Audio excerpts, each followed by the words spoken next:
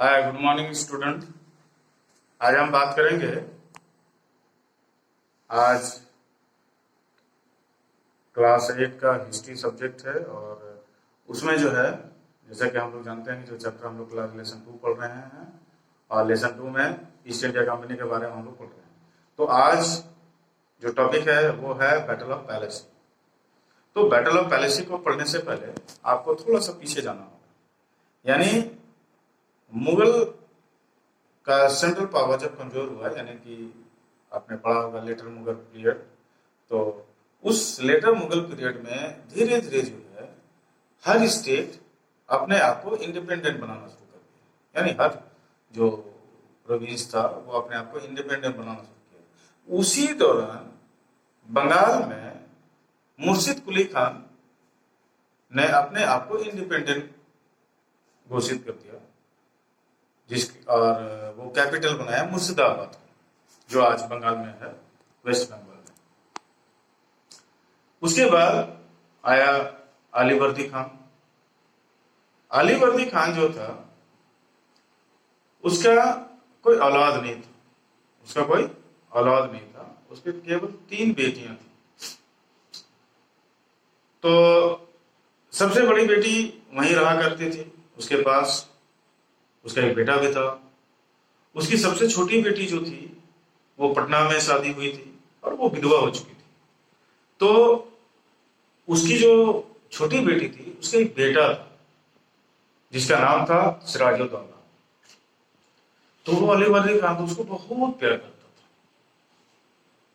तो जैसे जैसे अलीवर्दी खान अपने पोता से लगा होता चला गया नाती से, और वो जो है सिराजुद्दौला का जो है अपना उत्तराधिकारी घोषित कर दिया।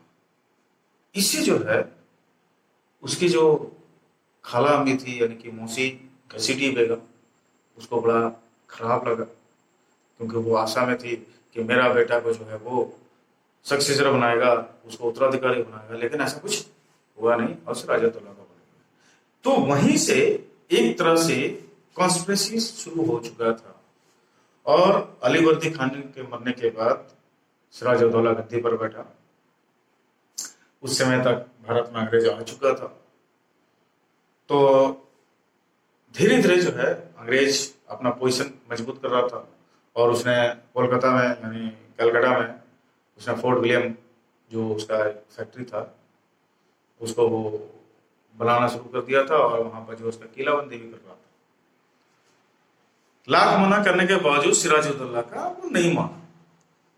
सिराजुद्दौला के बाद अंग्रेज नहीं माना, वो अपना काम लगातार बढ़ाता चला गया। तब जो है सिराजुद्दौला जो है, जो ब्रिटिश जहाज था उसको पकड़ लिया, और वो वहां से कलकत्ता तरफ कूच कर गया, यानी कि वहां वो चला गया और वहां अटैक कर दिया उसे, और उसको काफी नुकसान पहुंचाया। ये खबर मद्रास गया, मद्रास यानी चेन्नई। वहां से रॉबर्ट क्लाइव को बुलाया गया। रॉबर्ट क्लाइव आने के बाद यहां पर जो है एक प्लान की गई, यानी कि सिराजुद्दौला से लड़ना है तो कैसे लड़ना है, इसके लिए प्लान। अब आप सोचिए कि सिराजुद्दौला के पास तो मिलिट्री काफी थी, लेकिन अंग्रेज के पास मात्र 300 सिपाही था। तो ये तो पॉसिबल नहीं था कि उसको हरा देना। तब उसने जो है वहां भी चाल चली। रॉबर्ट क्लाइव ने सबसे पहले जो कमांडर इन चीफ था मिलिट्री का, यानी मीर जाफर को उसने अपने तरफ मिला लिया। उसको ये लालच दिया गया कि सिराजुद्दौला को हटाने के बाद बंगाल का नवाब तुमको बना दिया जाएगा। अब मीर जाफर नवाब बनने के लालच में वो अंग्रेज से मिल गया।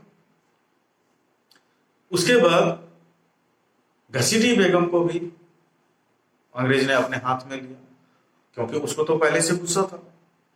वो चाहती थी कि ये जल्दी जल्दी गद्दी से हट जाए, चाहे जैसे भी हो, उसको हटना चाहिए।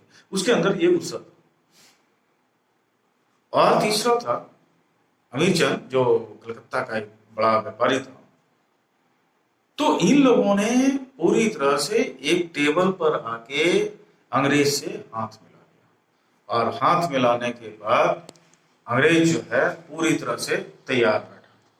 और उसके बाद जो है ये दोनों यानी कि सिराजुद्दौला और अंग्रेज का मिलिट्री जो है यानी फोर्स जो है वो प्लासी के मैदान में मिला, जहाँ पे ये लड़ाइयाँ हुई थी, इसलिए उसको बैटल ऑफ पैलेसी कहा जाता है। वहां पर मिलने के बाद दोनों के बीच में लड़ाई हुई। अब आप सोचिए कि इधर से 300 सिपाही, इधर से हजारों की संख्या में सिपाही थे। अब आप मान सकेंगे कि अंग्रेज जीत जाएगा और वो हार जाएगा? इम्पॉसिबल को नहीं मान सकता, लेकिन ये पॉसिबल हुआ, ये पॉसिबल हुआ। तो पॉसिबल कैसे हुआ? ओनली फॉर मीर जाफर की वजह से। और वो अपने मिलिट्री को जो है आगे बढ़ने से रोक दिया, और जो राजा के साथ यानी सिराजुद्दौला जी जितने मिलिट्री था वो ही आगे बढ़ा और अंग्रेज के साथ उसका टकराव हुआ, और लास्ट में सिराजुद्दौला हार गया, और हार कर वहां से वो भाग गया।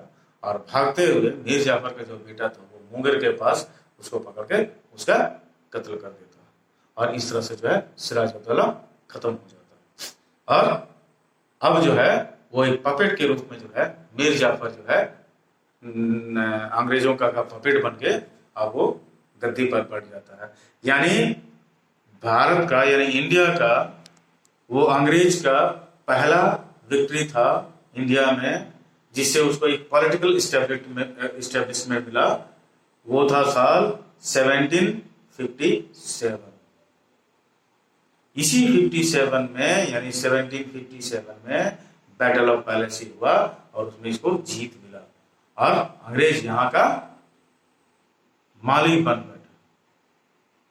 तो आज के लिए इतना ही, और जो होमवर्क दिया गया है उसको कर लेना है, और आप वीडियो को ध्यान से देखना है, नहीं समझ में आता तो क्वेश्चन करना है। तो फिर कल मिलते हैं, बाय।